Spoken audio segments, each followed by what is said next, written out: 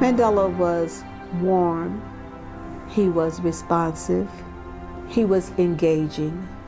There was that rhythm of love and respect that was there, and they followed his leadership.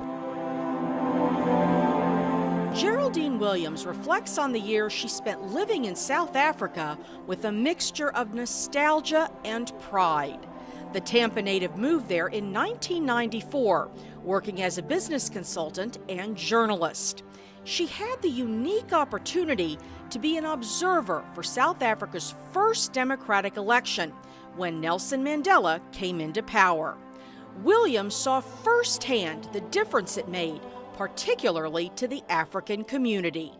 Before, they wouldn't look up. They made no eye contact. They would look down. And then after the election, it was, what do you think about our election? What do you think about our new president? What do you think about our new country? They felt a sense of exhilaration.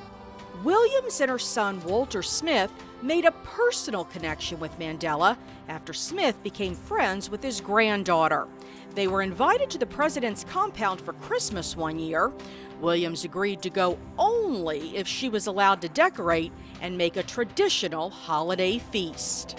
He was so humble and so kind and so gracious. I'm in his house and he was making me feel so very comfortable. It was my biggest wow moment, I'd have to say, my biggest wow moment. Mandela even called Williams' mom here in Florida to wish her a Merry Christmas so she wouldn't feel left out.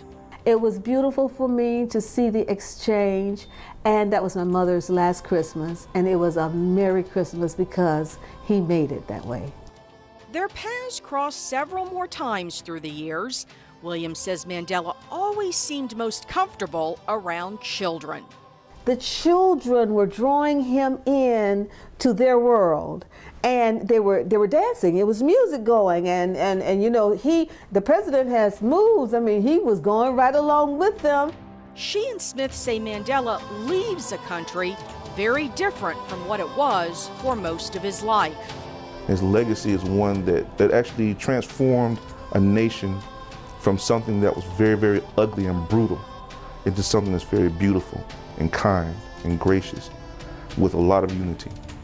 They say that's what will live on in history and in their hearts long after his death. Lori Davison, Bay News 9.